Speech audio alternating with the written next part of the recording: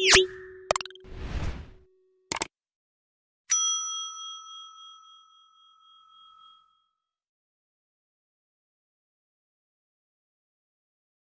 хадисе передается, когда к пророку, саллаллаху алейхи вассалям, пришел Джибриль, он сказал ему: «О посланник Аллаха, вот идет Хадиджа, и у нее в руках сосуд с едой и питьем.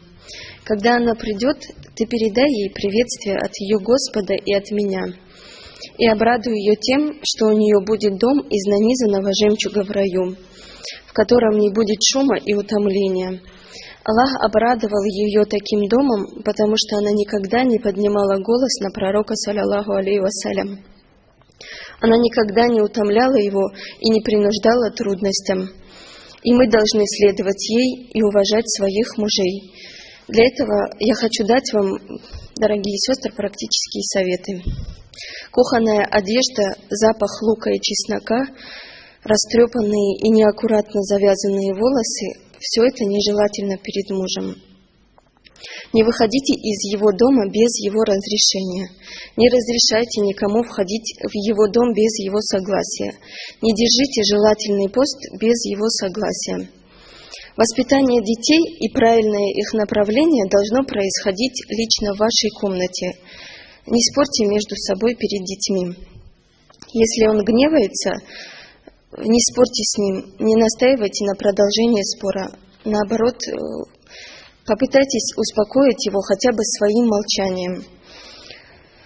Не требуйте от него того, что он не в силах сделать. Не обвиняйте его в скупости, даже если он является таковым.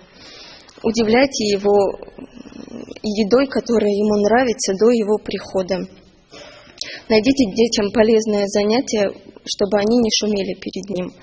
Создайте дома такую обстановку, чтобы он мог успокоиться, отдохнуть. Наполните дом благовониями, красивыми запахами. Никогда не отказывайте мужу ни в одной просьбе до тех пор, пока в этих просьбах нет ослушания Всевышнему Аллаху. Старайтесь в соответствующей обстановке приготовить еду до прихода своего мужа. Если вам не удается подать еду сразу после его прихода, то подайте что-то заменяющее, типа того, что подают гостям, и сами участвуйте с ним. Этим вы покажете заботу и уважение о нем. Говорите ему красивые слова, такие как «Да благословит тебя Аллах», «Да обрадует тебя Аллах добром», «Да сохранит тебя Аллах для нас» и так далее.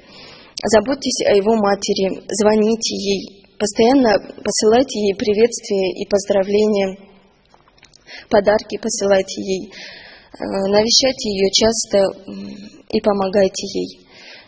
Старайтесь узнавать, что ей нравится, что она любит. Постоянно напоминайте своему мужу, чтобы он почтительно относился к своим родителям и к своей семье. Так вот, если мы будем следовать всему тому, что было перечислено выше или более того, то это осчастливит наших мужей, и они будут также красиво поступать и с нашими семьями. И в конце хочется попросить Всевышнего Аллаха, просим Всевышнего Аллаха, чтобы Он сделал всех мусульманок покорными своим мужьям ради достижения его довольства и вознаграждения на этом и на том свете.